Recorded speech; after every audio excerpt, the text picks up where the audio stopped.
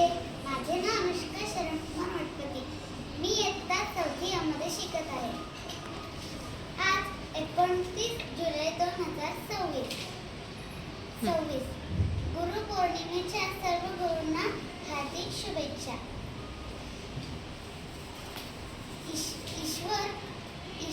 गुरुला ईश्वरच्या स्थानावर दिले आहे, कारण ईश्वर आपल्याला जीवन देतो व गुरु त्या जीवनाला योग्य प्रकाश देतात.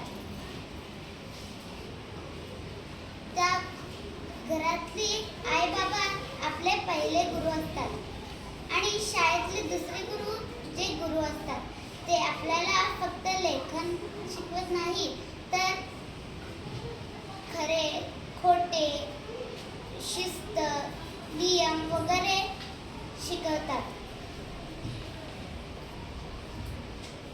एका शिक्षक आपल्याला उदाहरण देतात पाठ शिकवताना की मधमाशी कधी आराम करत नाही, पण त्यांनी स्वतःचे उदाहरण कधी नाही दिले. शिक्षक एका दिवसात कधी आराम केलेले पाहिलात का तुम्ही?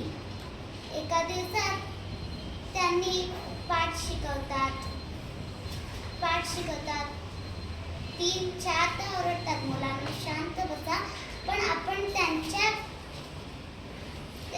सांगितलेलं ऐकतच नाही. पण गुरु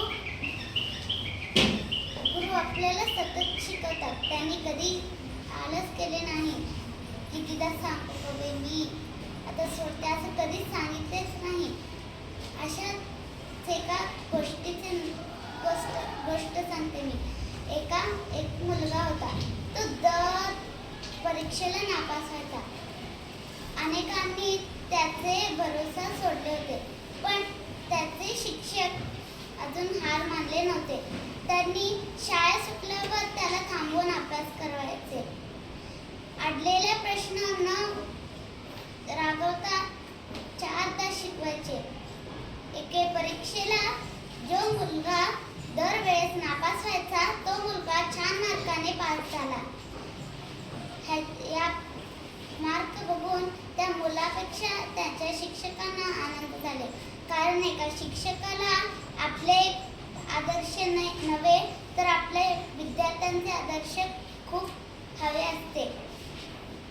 हे एका मुलाची गोष्ट नाही, तर शिक्षकांचे कष्टामुळे त्या मुलाचे आदर्श झाले. धन्यवाद.